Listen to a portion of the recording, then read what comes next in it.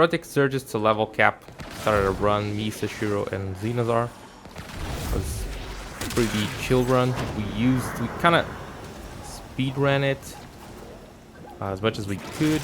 We used the better weapons to do it, but the Exergis against level cap, it's pretty crazy. Not only that, there's just something going on with the bullet attractor. Personally, I think it works just like the Penta, where the projectile needs to go through one second enemy to hit the first one again. And if you manage to group enemies, then the damage is crazy. They start healing themselves, and even though the slash chance is not that good, the puncture is the main element. It's a really good one. Also, when we were in a group, we didn't got much chance to use the Exergis because have to keep building it, and by the time we got to the demos, we were all trying to do our best, and so we were one-shotting pretty much them all the time. So if by the time I was getting my setup done to kill it with the Exergis, one of the other guys would just obliterate the thing because we were doing really fast. So now we're able to see it, how it works, how it's performing against the level cap. Here is food juice. Everything is up, and it doesn't even need the Arthuss Whisper to kill. It doesn't even need a primer to kill, but it has multiplicatively CO, so it's really good to have a primer and to use, of course, use galvanized aptitude, have a primer, all that good stuff. Pretty good. And also the damage it does against the Eximas is really good, really good.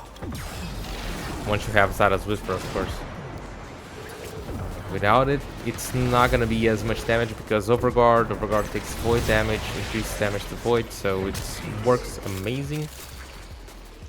Other than that, let me think.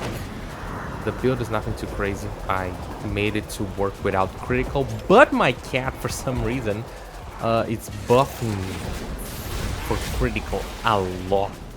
So even during the first video, you could see the orange crits there. That was just because of the cat.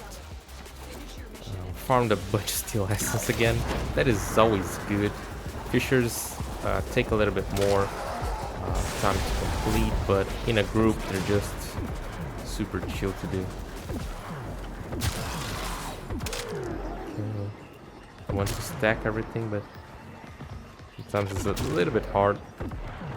Okay, everything stacked. Search for the what's here. Speedy boy.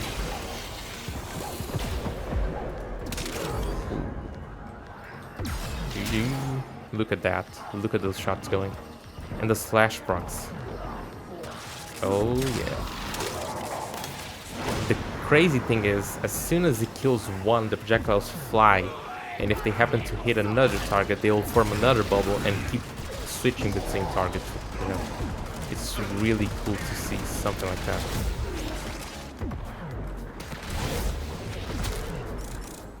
Yeah, I'm really satisfied and surprised. You know, I made the video yesterday, released yesterday or 2 days before, about the whole modding against Steel Path, and I really chose the Chakur because it was kind of an easy weapon to build, as simple as it could be to explain. A build for this one is kind of different. Like, you can use combat discipline to get the critical. The critical chance is really low. There are a bunch of weapons that are like this one that have such a low crit chance, but you can just work around. It isn't like that problematic. Just keep going and killing stuff. Didn't even see how it died. Oh my god. this is fun. This is fun having a weapon with an interaction like this. And to be honest, it might just be one of the weapons that I'm gonna add to my my primary list, where I could just take them with me for doing high level stuff. I'm putting a relic in, but I'm actually gonna leave. So also the intent again was to bring this without critical, but it just works with critical without critical. But if you have something to get you some critical, then you should just bring your critical damage mod on your weapon, and then have the cat to buff you. Either the Smita Kavat just buffed me like a lot here, it's just crazy, but also the Adarza Kavat can buff you. And there's Arcane Avenger, which I'm not using here, but it would make stuff much more consistent and much more easy. This was the whole loot that we got. Pretty fun. Yeah. There's the chat. Me, Sushiro, Sora, and Xenostar. Xenazar is the weapon. Pretty good. Let's take a look on the build.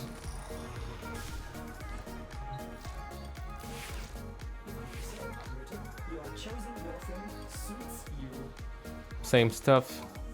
Holster mods, Arcane Rage, pretty good. Exergis build. This is it. Got a Riven. Pretty good, I would say. Actually went for as much raw damage as I could, because I really didn't want to use critical. I was trying to not use critical, but even then I got some critical from other sources. So if you're getting critical, you can drop, let's say, primed point blank for a primed ravage, and yeah, that's pretty much it. It's as simple as that. Or if you don't have a Riven, have your primed ravage here and just get your other sources of critical, such as the Arcane Avenger or a cat. Epitaph build for the primer, pretty good. And a Contagion Zaw that carried us through probably the biggest part of the run, because we just kept using the Xenazar was using the Phalarx, me and Sushiro were using more the Contagion, and we just had a good time. Just there was a lot of dying, a lot of shock eczemas. That was really a pain. But other than that, it was a pretty fun run. I'm very surprised with the Exergis. I had no idea that the shots behaved like that on a bullet attractor. I knew it was pretty good with a bullet attractor, but that I had no idea about that interaction, that it would work just like the Penta. So I'm pretty happy with that. Let me know what you guys think about the run. Leave it a like and consider subscribing.